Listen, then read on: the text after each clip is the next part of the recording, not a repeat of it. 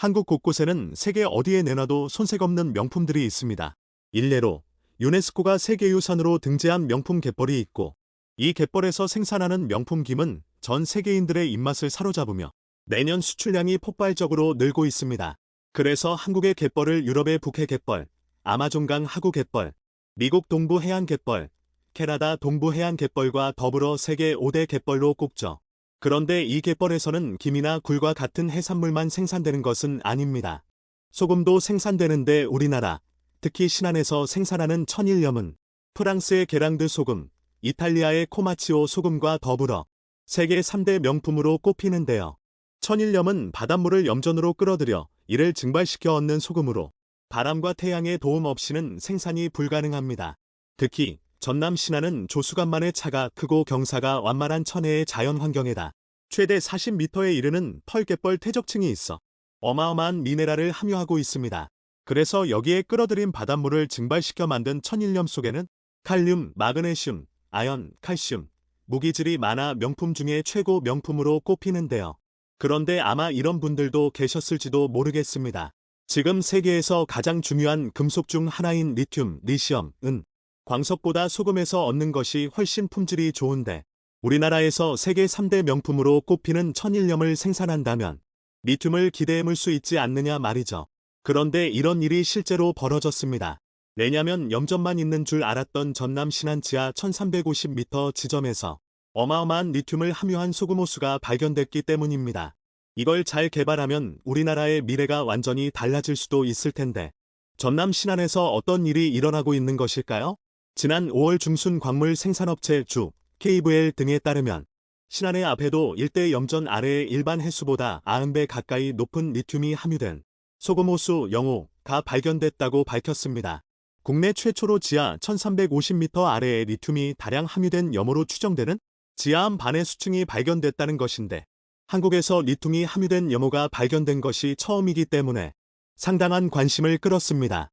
리튬이 발견된 지역은 하부 백악기 시대 화산 폭발로 인해 지하 해수층의 화산재 퇴적암의 일종인 응외암으로 이뤄진 안반층이 형성되어 소금호수일 가능성이 높은 것으로 알려졌는데요. 이에 관련 기업들은 토지 매입에 대한 계약을 체결하고 물리탑사 및 지표조사를 통해 매장량과 정확한 위치를 알아보기 위해 국가공인 전문기관에 의뢰해 사업 타당성 검토를 시작했습니다. 이 소식이 전해지면서 리튬 수요의 100%를 수입에 의존하는 우리나라가 드디어 리튬 생산국 대열에 합류할 수 있을 것이라는 기대감이 높아졌었죠. 그리고 그 보고서가 얼마 전 발표됐습니다. 그런데 이 보고서가 나오기 전 상당한 의구심이 제기됐었습니다. 왜냐면 그간 2차전지에 사용되는 고농도 리튬은 해발 4,000m가 넘는 남미 고산지대에 편중되어 있고, 국내 굴지 대기업 포스코는 현지 광산을 개발하는데 수년간의 시간과 비용을 투자한다는 취지를 근거로 들었습니다.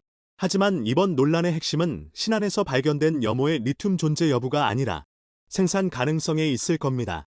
리튬을 뽑아내도 수익성이 있느냐가 사업 결정에 중요한 영향을 미칠 테니까요. 어느 염전에 가더라도 리튬은 함유되어 있을 것이지만 그 노토나 함유량이 과연 생산에 이르러도 수익성이 있을 만큼 높은지는 별개의 문제입니다. 그러니까 함유 여부가 중요한 것이 아니라 함량과 농도가 중요한 것이죠.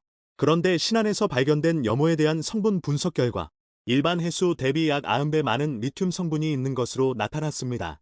7월 초 전문 연구소와 지질 분야 공인기관에 의뢰한 결과 리튬 함량이 약 13터부터 16ppm으로 확인됐죠. 신안 앞에도 염호는 지하 55m부터 1000m까지 리튬이 함유됐는데, 2013년 전남도가 한국기초과학지원연구원과 진행했던 조사 결과인 3.2ppm보다 4배가량 수치입니다. 2013년과 2023년의 결과가 다른 이유는 그 깊이 때문입니다. 지하 300m까지는 빗물이 섞여 함량이 적지만 550m 이하로 내려가면 빗물이 섞이지 않는 순수 소금물이기 때문에 리튬 함량이 크게 늘어난다는 설명인데요.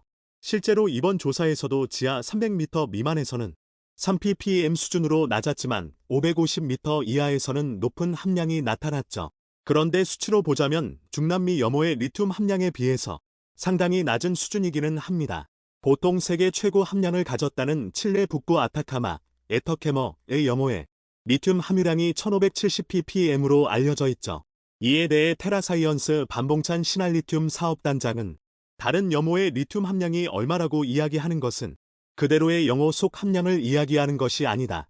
농축된 이후의 함량을 이야기하는 것으로 앞에도 염호와 단순 비교 대상이 아니며 이번 보고서를 기반으로 공업용 리튬 연간 1만 톤 생산을 목표로 사업을 추진할 것이라고 밝혔습니다.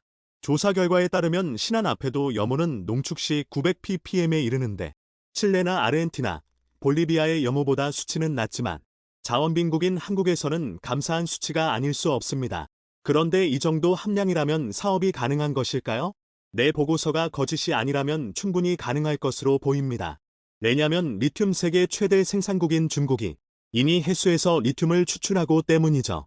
그런데 신안에서 만약 리튬을 추출하게 된다면 전혀 새로운 방식이 될 것으로 보고 있습니다. 왜냐면 현재 전 세계적으로 활발하게 연구 중인 리튬 직접 추출, 대리, 디렉트 리시엄 익스트랙션 기술을 사용할 예정이기 때문이죠.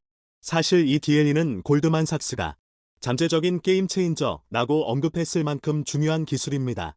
골드만삭스는 올 4월 23일 발간한 보고서에서 대리 기술을 구현하면 해수 프로젝트를 통해 리튬 공급을 크게 늘릴 수 있는 잠재력이 있는데 세일가스와 유사, 리튬 생산량을 거의 2배로 증가시키는 수준이라고 밝혔습니다.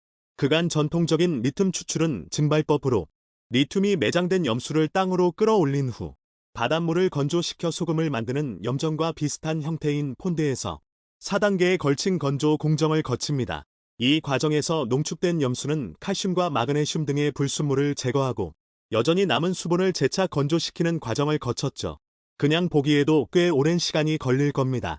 하지만 DLE는 염수에서 직접 리튬만 추출하기 때문에 회수율이 높고 저 농도에서도 추출이 가능할 뿐 아니라 리튬 추출까지 걸리는 시간이 상당히 단축됩니다. 그래서 현재 전 세계 모든 국가가 목숨 걸고 이 기술 개발에 나선 상황인데요. 테라사이언스 반봉찬 사업단장은 약 40년간의 재련 노하우를 바탕으로 최대 94%까지 리튬을 회수가 가능하다는 자신감을 보이면서 약 140조 원 가치를 가진 신안에서 큰 꿈을 꾸고 있습니다. 과연 1년 후 아니 10년 후 이 자신감이 어떤 결과물로 나오게 될지. 그런데 바닷물에서 직접 리튬을 추출하는 방식은 전 세계적으로도 활발한 연구 분야이고 실제로 사용되고 있기도 하지만 한국에서는 좀 더 특별한 방식이 개발되기도 했습니다. 지난 2월 한국생산기술연구원은 해수담수와 공정 중에 버려지는 고염도 농축수에서 전기두석을 통해 고순도 리튬을 뽑아내는 기술을 개발했습니다.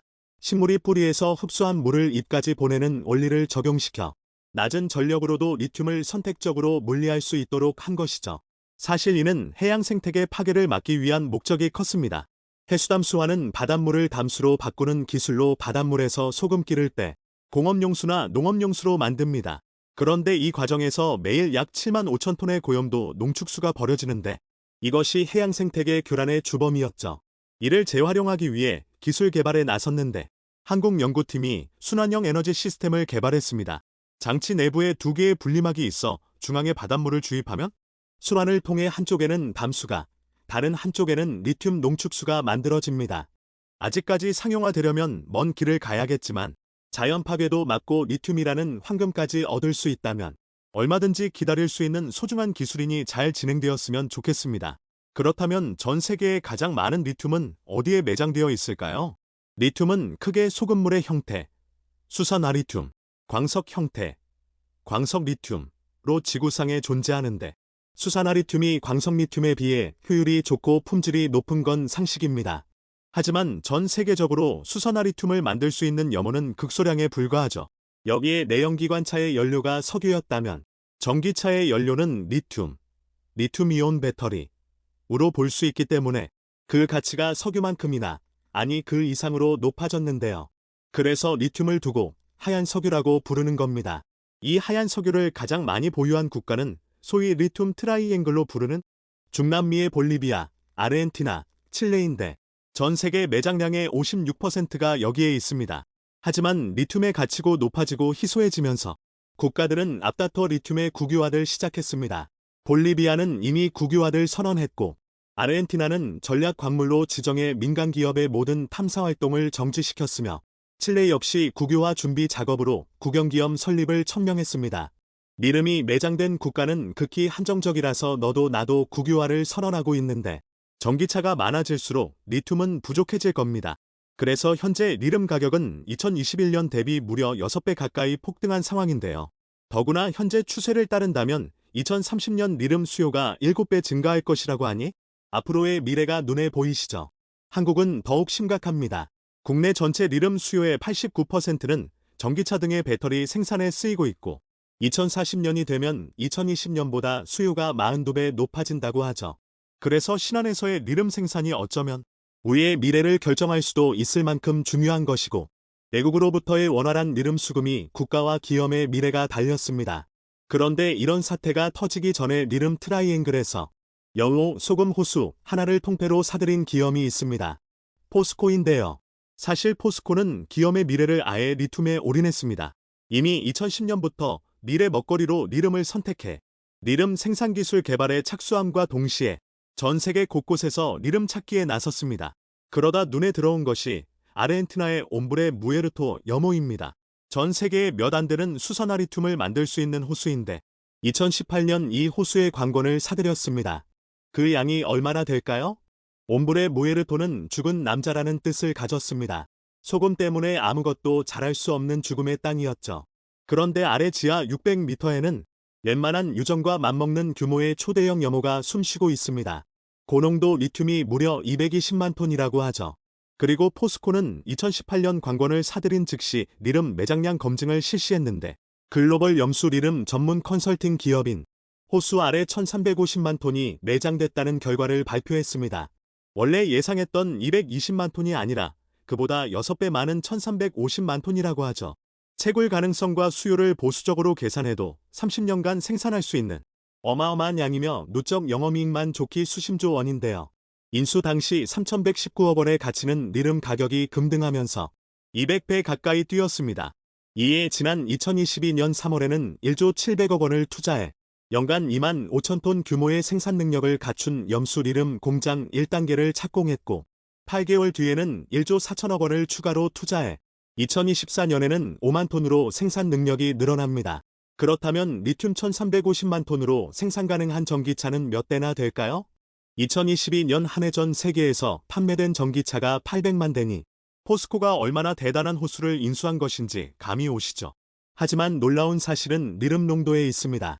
소금물 1리터에 얼마나 많은 리튬을 함유하고 있는지에 따라 그 품질이 결정되는데 수치가 높을수록 좋은 것으로 평가됩니다. 옴브레 무에르토 염호는 1리터당 921mg의 리튬을 함유해 아르헨티나 염호뿐 아니라 전 세계에서도 최고 수준으로 알려졌습니다. 어쨌든 포스코는 수산화 리튬의 원료가 되는 탄산 리튬을 생산하는 상공점은 아르헨티나에서 수산화 리튬을 직접 생산하는 공점은 국내에 두기로 결정하고 지난 6월에는 전남 율촌 산업단지에 국내 최초 2차전지 소재용 수산화 리튬 공장을 착공했습니다. 연간 2만 5천 톤 규모의 2차전지용 수산화 리튬을 생산해 2028년까지 리튬 생산을 최대 10만 톤까지 확장시킬 계획입니다. 잠시 언급했듯 전 세계적으로 리튬을 함유한 염호는 극소수에 불과한데 신안에서 리튬이 함유된 지하 안반의 수증이 발견된 것은 희소식이 아닐 수 없습니다. 아직까지 좀 더 많은 조사가 필요하고 생산까지 이르려면 적지 않은 시간이 필요하겠지만 현재 카자흐스탄에서 리튬을 탑사 중인 한국지질자원연구원은 중국보다 높은 수치의 리튬 함량을 가졌을 것으로 보고 있습니다. 지금의 미국은 전 세계를 지배하고 있다고 봐도 무방할 정도로 강력한 패권을 갖고 있는 나라입니다. 그런데 이러한 미국도 한국보다 작은 땅에서 시작했습니다. 미국은 합리적인 법제도, 프런티어 정신, 자유로운 사고방식의 추구, 또 다양한 사람들이 모여 살 수 있는 포용성 등의 국가 정체성을 바탕으로 서부로 진출하였고 또 피 한 방울 흘리지 않으며 여러 개의 거대한 영토를 얻을 수 있었습니다. 우리 대한민국은 현재 반토막 나버린 한반도 한쪽에 자리 잡은 나라입니다. 하지만 급변하는 지정학적 상황 속에서 우리나라의 지도가 바뀔 가능성도 있습니다. 이 같은 시나리오는 모두 우리나라가 합리적인 법과 제도, 또 시민들의 자유롭고 유연한 사고방식, 민주주의 인권 인류 보편적 가치를 추구할 때 나타날 수 있습니다. 2030년 이후 한반도의 미래 영토는 어떻게 변화될 수 있을까요?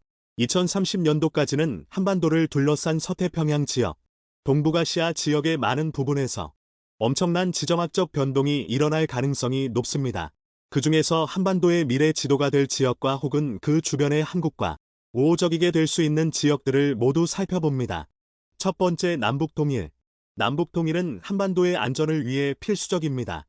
일부 전문가들은 한반도의 통일이 곧 다가오고 있다는 분석을 제기합니다. 최악의 남북 관계의 상황이지만 중국이 남중국해와 대만과의 문제로 신경증을 앓고 있고 또 러시아 역시 우크라이나 문제로 국력이 크게 소진되고 있는 상황이라는 부분이 문제가 되고 있는 것입니다. 이 때문에 남북한의 통일은 2030년 안에는 반드시 일어날 가능성이 높습니다. 1980년대 후반 베를린 장벽이 무너지고 동구권 국가들이 자유의 맛을 보기 시작했을 당시 한국 통일을 바라보는 많은 사람들은 한국이 유럽의 동구권 국가들처럼 동독같이 쉽게 통일되기는 어려울 것이라는 전망을 예측했습니다. 1980년대 후반 많은 동구권 주민들은 서독의 TV 프로그램과 또 미국산 시청 강물들을 비교적 자유롭게 시청할 수 있었고 심지어 부분적인 이 통행의 허용이 이뤄질 정도로 어느 정도 서구권 문물을 맛볼 기회가 있어 베를린 장벽이 무너진 이후로부터는 유럽의 국민들과 어느 정도 자유롭게 소통이 가능했었던 부분이 있었습니다. 즉 미디어 보급이 동구권에 자유롭게 이뤄졌기 때문에 독일의 통일이 어느 정도 가능했었다는 것입니다. 반면 북한은 1980년대 후반 90년대 초반까지만 해도 아예 남한의 시청 강물을 볼 수 없었는데 최근 그 분위기가 많이 달라지고 있다는 점입니다. 북한 주민 약 90% 정도가 남한의 시청 강물을 보고 있고 설령 발각이 된다고 하더라도 부유층의 경우 미화 몇천 불 이상을 상납할 경우 풀려날 수 있어 북한 평양 기득권에까지 남한 드라마들의 보급이 빠르게 이뤄지고 있는 상황입니다. 최근 탈북하는 사람들의 경우에도 90년대 탈북하는 사람들과 대한민국 정착 후의 사회 동화 속도가 매우 다릅니다. 그 배경으로는 최근에 탈북하는 사람들의 경우에는 이미 북한에 있을 때부터 남한의 시청 강물을 보고 자랐기 때문에 남한의 사회가 대략 어느 정도인지 또 남한 사람들의 외향적인 모습, 말투, 사회문화 등을 간접 경험하였기 때문에 최근에 탈북하는 북한 주민들은 진짜 북한 주민인지 남한의 지방 사람인지 분간이 어려울 지경에 이르고 있다고 합니다. 최근의 남북한의 상황은 80년대 동구권의 상황과 흡사하며 곧 남북한의 통일도 머지않았다는 분석이 나옵니다.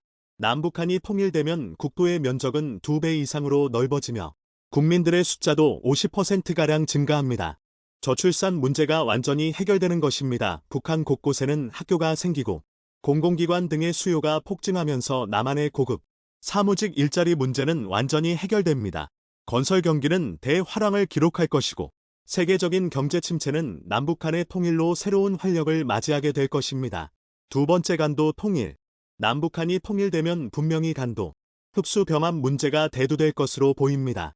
조선 말기에서부터 대한제국 시기 두만강, 이북 압록강, 이북에는 조선인들이 거주해 살았던 기록이 분명 존재하며 일제가 1905년 대한제국의 외교권을 박탈하여 중국과 체결한 간도협약으로 간도, 지방이 불법적으로 청나라에 넘어갔습니다. 통일이 이뤄지거나 혹은 그 이전에라도 간도의 반환 문제가 국제문제화될 가능성이 있습니다.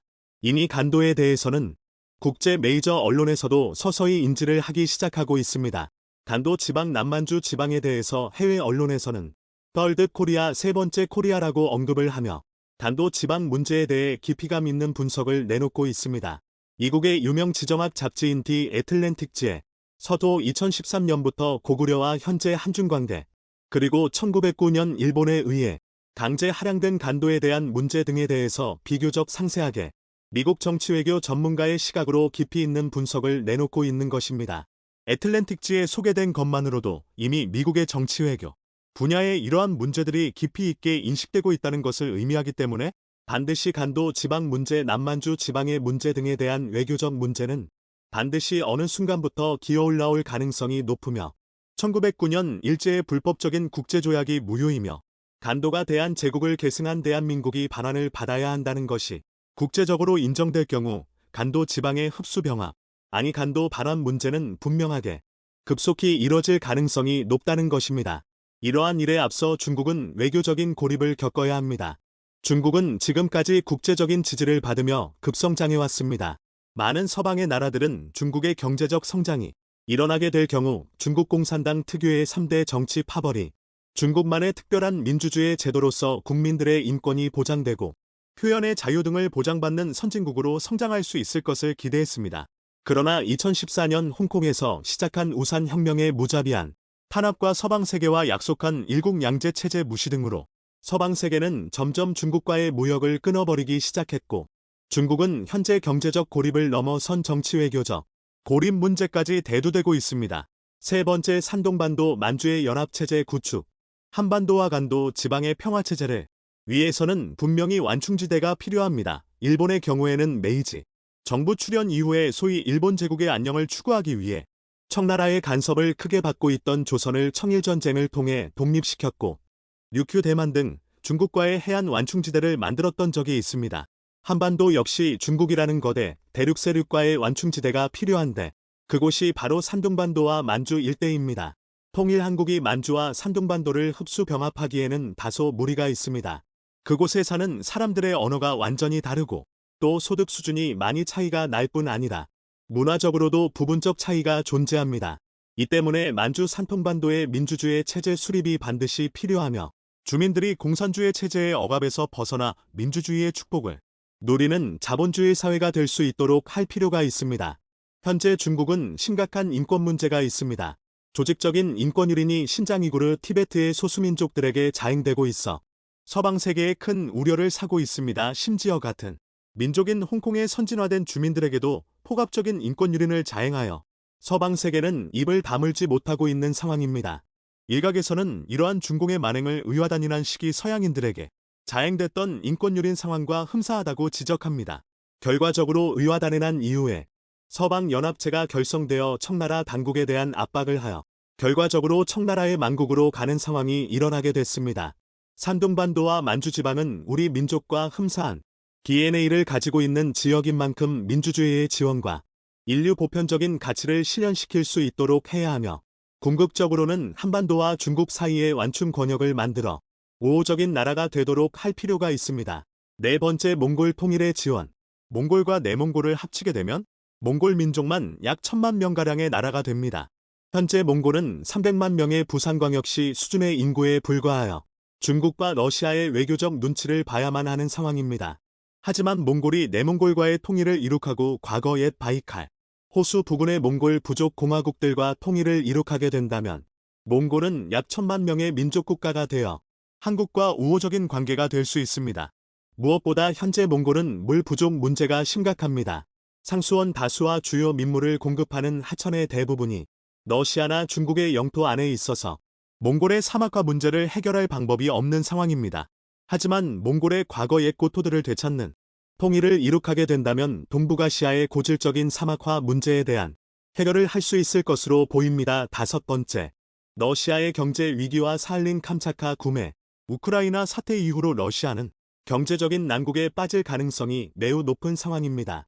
이 때문에 극동지방 그중에서도 사할린과 캄차카 등의 극동지방의 매각이 이뤄질 수 있을 것이란 분석이 제기됩니다. 이 같은 역사는 여러 차례 있었습니다. 러시아는 과거 알래스카의 매각뿐 아니라 사할린까지 미국에 매각하려 하였습니다. 곧 이러한 상황이 재차 도래할 수 있을 것이란 우려가 나옵니다.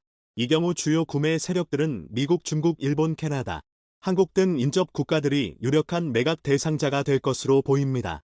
중국의 경우에는 최근 러시아 연해주 지방의 8개 지역에 대해서 기존의 러시아식 표기 방침 대 신중국식 표기 방침 방식으로 바꾸라는 명령이 내려진 상황으로 사실상 러시아 극동지방에 대한 영유권 주장에 나선 게 아니냐는 우려가 나오고 있습니다. 또 일본은 사할린과 쿠릴열도의 일부 지방에 대한 매각 제의를 꾸준하게 하고 있는 상황이고, 마지막으로 남은 미국과 캐나다, 한국은 아직까지 이렇다 할 만한 움직임은 없는 상황입니다. 그러나 이 중 유력한 매각 대상국 가는 한국이 될 가능성이 높습니다. 한국은 러시아에게 위협적인 국가가 아니고 러시아와 전쟁을 벌인 역사가 없기 때문에 평화적인 방법으로 영토 구매를 할 가능성이 있습니다. 첫 번째, 류큐와 대마도 문제. 대마도와 류큐는 현재 일본의 영토입니다. 대마도는 1945년 일제 패망 직후 한국령으로 될 뻔했으나 급작스러운 한국전쟁 발발로 인해서 대마도 반환이 무산됐습니다. 실제 미국의 보고서에 따르면 대마도가 한국령 섬으로 표기되었으나 북한의 갑작스러운 남침으로 인해 무산되었습니다. 만약 대마도가 한국령 섬이었다면 제주도와 대마도가 균형이 맞추어진 모습으로 남았을 것입니다. 또 류큐 역시도 아쉬운 역사가 있습니다. 원래 류큐는 현재의 괌이나 사이판과 같이 일본으로부터 획득한 미국령 섬이었습니다. 류큐는 원래 오랜 역사가 있는 왕국이었습니다. 조선과의 조공 관계가 있어 조선과도 우호적인 나라였고, 심지어 류큐의 왕자가 조선에 망명을 하기도 했었던 역사가 있습니다. 그러다가 류큐는 1970년대 독립국가로 독립을 하게 될지 일본에 반환할지 논의했습니다. 당시 한국은 류큐의 독립을 지지하였으나 공산주의가 갑자기 크게 비대해지기 시작하면서 결국 일본령으로 다시 반환된 상황입니다. 만약 한국이 통일된 강대국이었다면 대마도 문제나 류큐 문제 역시 한국에 유리한 상황이 됐었을 것입니다. 과거 조선은 류큐를 조공국으로 두어 매우 우호적인 관계를 만들었었는데 이 같은 관계가 다시 돌아오게 될 수 있을지 모릅니다. 그러기 위해서는 통일된 한반도 강대국이 된 한반도, 그리고 원거리의 강대국들과 우호적인 외교관계를 맺어야 할 필요성이 있습니다. 7번째 북마리아나 제도의 일본 반환 이슈. 현재 괌 사이판 피니언 섬 같은 미국령 북마리아나 제도는 자금의 중국발 안보 문제로 인해서 서태평양의 안보를 지키는 중요도가 높아진 섬들입니다. 이들 지역은 엄연한 미국령이지만 지역 주민들은 대통령 투표권이 없는 상황입니다. 사실상 미국의 50개 주에 포함이 돼 있지 않은 상황으로 하시라도 독립 문제가 대두될 수 있습니다. 이곳은 전 세계 그 어느 지역보다 한국계 인구의 비중이 높은 지역입니다. 무려 42%의 한국계 주민들이 살고 있습니다. 만약 중국의 안보 문제가 해소될 경우 류큐 북마리아나 제도 등의 독립 문제가 다시 대두될 가능성이 높습니다. 북마리아나 제도의 유력한 매수 유망 국가는 역시 일본입니다. 일본은 과거 북마리아나 제도를 제1차 세계대전 당시 승전국의 자격으로 국제적으로 점유할 권한을 얻었던 적이 있습니다. 그러나 제2차 세계대전 패전 후 류큐 지금의 오키나와처럼 미국에 빼앗겼는데 북마리아나 제도 역시 미국의 반환 요구, 매각 요구를 할 수 있습니다.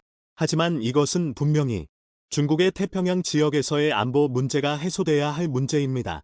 만약 일본의 미국령 북마리아나 제도 구매 혹은 반환 문제가 다시 대두되게 될 경우 한국도 검토 대상이 될 수 있으니 북마리아나 제도의 상황을 지금까지 한반도 주변에서 일어나는 지정학적 변동 가능성이 높은 지역들을 살펴봤습니다.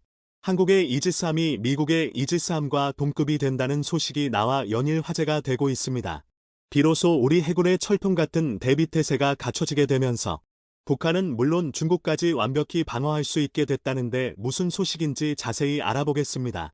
그동안 성능 개량 사업 자체가 추진되지 않고 있던 세종대왕급 이지스 구축함이 드디어 새롭게 거듭난다는 소식입니다. 우리 해군은 지난 9월 세종대왕급 성능 개량 사업 수요를 제기하며 2035년까지 사업을 완료하겠다는 의지를 내비쳤는데요. 실제로 최근 국감에서 이종호 해군 참모총장은 기존 세종대왕급 이지스함 세척에 SM-3나 SM-6 미사일과 같은 요격체계는 없다면서 함대공 요격 미사일인 SM-6는 물론 SM-3도 조속히 도입하기 위해 노력할 것이며 세종대왕급이 SM-36을 운용할 수 있도록 개량 사업을 추진할 것이라고 재차 밝혔습니다.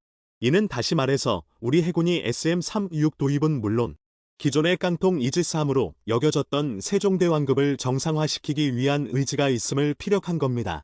해군에 따르면 세종대왕급 세척의 구축함을 개량하는데 10년의 시간이 걸릴 것으로 보이는데 북한의 미사일 위협과 미국의 동급 구축함 개량 사업 일정을 고려하면 이를 긴급 소요 사업으로 전환의 사업 일정을 크게 앞당길 필요가 있어 보입니다.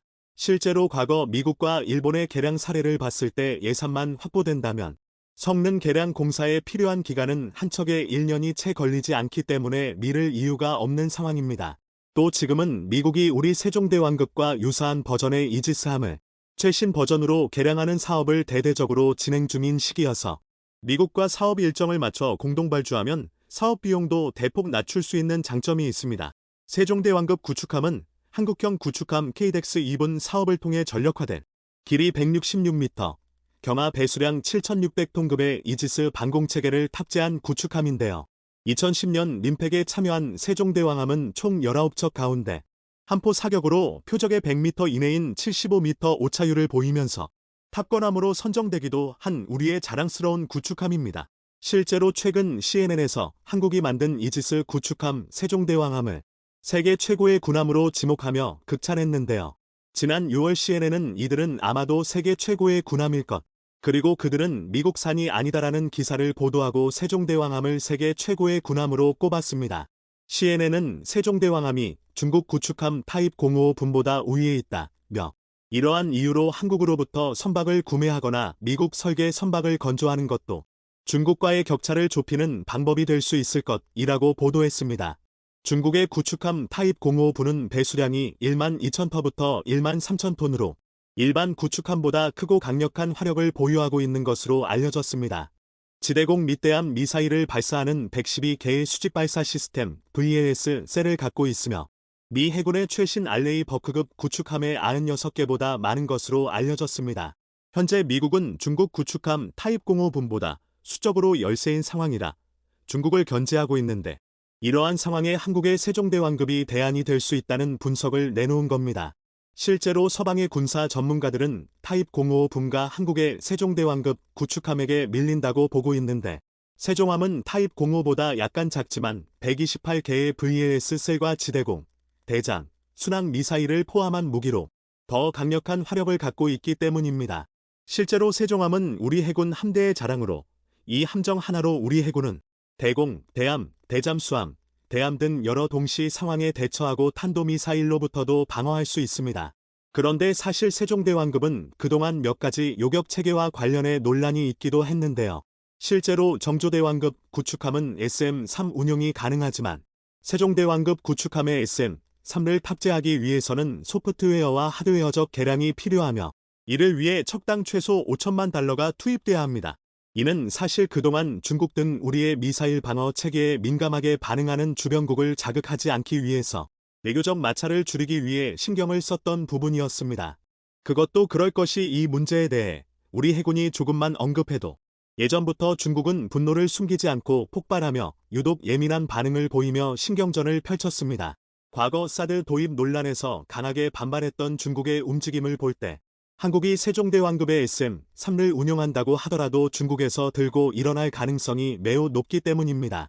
실제로 2016년 우리 해군이 차세대 이지스 구축함에 북한의 탄도미사일을 추적해 요격할 수 있는 시스템을 장착하려 하자 중국은 이를 두고 해상사드 구축 계획이라며 맹비난하며 발작했습니다.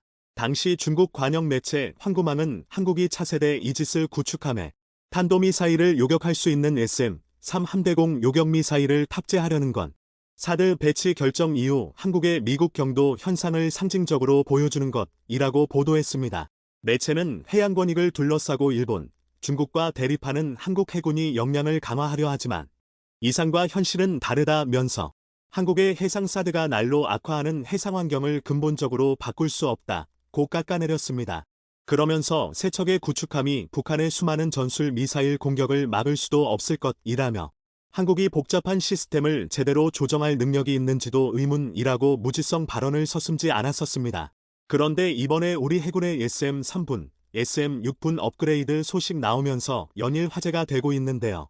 실제로 대한민국 해군의 이지스 구축함인 세종대왕함에 이어 후속 사업으로 정조대왕함이 필살기로 등장하면서 중국을 벌써 벌벌 떨게 만들고 있는 겁니다. 심지어 정조대왕함은 미국의 이지스함과 동급이 될 것으로 보이면서 대한민국 해상의 핵심 전략자산이 될 것으로 엄청난 기대를 받고 있는 중입니다.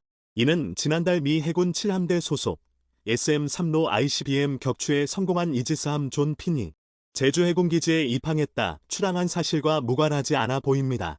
앞서 2020년 미국 미사일방어청은 존 핀에서 신형 요격미사일 SM-3 블록 EA를 쏘아 올려 모의 ICBM을 격추하는 시험에 성공했는데 당시 시험은 북한의 ICBM 위협에 대비한 것으로 알려졌습니다. 이번에 우리 해군은 존 핀함 입항을 계기로 연합방위태세를 강화하는 등 북한의 ICBM 도발을 경고하기 위한 대응을 펼쳐나갔습니다. 이는 다시 말해서 우리 이지스함과 미 이지스함이 함께 북한의 도발에 나설 정도로 동일한 수준의 전투태세, 역량을 갖춘 것으로 평가되고 있습니다. 실제로 세종대왕급에 이은 정조대왕급이 본격적으로 등장하게 되면 우리 이지스 구축함은 미국 이지스함과 동급 수준으로 평가될 것으로 보입니다. 지난 4월 방사청이 정조대왕급 이지스함과 한국형 차기 구축함에 탑재할 함대지 탄도미사일 사업 추진 기본 전략을 의결했기 때문인데요. 이렇게 되면 수백 KM을 날아가는 함대지 탄도미사일이 실전 배치되면 서해는 물론 동해에서도 북한이 내륙에 지은 핵 미사일 관련 시설과 전쟁 지도부를 겨냥한 한국군의 창이 한층 날카로워지게 될 것으로 보입니다. 북한의 미사일 요격 방어가 임무였던 이지스 구축함에 함대지 탄도 유도탄이 탑재되면 해군의 수중 킬체인이 한층 보강되는 건 물론 북한이 지대공 방공 체계를 고도화하는 상황에서 함상에서 발사되는 탄도 미사일은 순항 미사일의 단점도 보완해줄 핵심 전력이 될 것으로 기대됩니다. 이렇듯 한국의 해상 탄도탄 방어의 핵심 전략 자산은 바로 이지스 구축함인데 앞서 말씀드렸던 것처럼 세종대왕급은 요격 능력이 없기에 성능이 개량된 차세대 이지스 구축함 도입이 필요하다는 목소리가 높았던 게 사실입니다. 그래서 시작된 사업이 광개토 3분 이지스 구축함 획득 사업이었는데 정조대왕급은 기존 광개토 세배치 1 세종대왕급 구축함에 비해 필살기가 더욱더 강해졌습니다. 실제로 정조대왕급은 탄도탄 대응과 대잠수함전 능력이 향상된 함정으로 평가받고 있는데 우리 군은 여기에 베이스라인 9를 탑재하며 탄도미사일과 항공기 요격을 위해 SM-6불을 도입한다는 계획입니다. 최신의 이지스함 정조대왕함에 우리 해군 함정 중 처음으로 탑재되는 요격미사일 SM-6는 항공기 합정 탄도미사일은 물론 게임 체인저로 부상하고 있는 극초음속 미사일도 요격할 수 있는 엄청난 무기 체계입니다. 실제로 SM-6는 미국과 한국에서 사용하는 SM-2 함대공 미사일의 성능을 높인 것으로 최대 460km까지 날아가며 멀리 떨어져 있는 적기가 대한미사일을 발사하기 전에 먼저 공격할 능력을 갖췄습니다. 올해 초 미국 미사일방어국은 SM-6 미사일이 현재 미국 무기체계에서 극초음속 무기를 요격할 수 있는 유일한 무기라고 평가하기도 했는데요. 이에 따라 정조대왕급 SM-6분이 도입되면 한국의 이지스함은 미국과 동급 성능을 갖추게 되는 겁니다. 이뿐 아니라 정조대왕급은 함대지 탄도미사일을 장착하는데 이는 3,000톤급 잠수함에 탑재되는 SLBM과 유사한 특성을 지녀 북한 지하시설을 파괴할 관통력, 전파방해를 극복하는 능력을 갖출 것으로 알려졌습니다. 탄두 중량은 1톤 안팎으로 추정되며 함대지 탄도미사일은 구축함에 탑재된 한국형 수직 발사체계를 통해 발사됩니다. 이렇듯 함대지 탄도미사일을 장착하게 될 정조대왕급은 해안에서 멀리 떨어진 내륙의 지하시설을 파괴하는 건 물론 해상에서 타격할 수 있는 북한 내 표적 숫자도 기하급수적으로 늘어나게 되는데요. 평소에는 전략적 억제력을 발휘하면서 유사시에는 전술적 차원에서도 쓰일 수 있는 능력을 갖추게 되는 겁니다. 다시 말해서 정조대왕급 이지스 구축함은 북한 핵미사일 요격체계의 첫 단추로 핵심 자산이라는 이야기입니다. 실현대중공업에 따르면 작년 7월에 진수한 정조대왕급은 지난 7월 2벌함을 착공한 데 이어 내년 11월 마지막 3벌함을 착공한다는 계획인데요. 정조대왕함은 시운전 평가 기간을 거쳐 빠르면 내년 말 우리 해군에 인도될 것으로 보입니다. 정조대왕급 이지스 구축함이 전력화를 끝내고 본격적으로 서해와 동해, 남해 바다 3면에서 작전을 펼친다면 대한민국의 해상 방어력은 그 어느 때보다 강력해질 것으로 보입니다.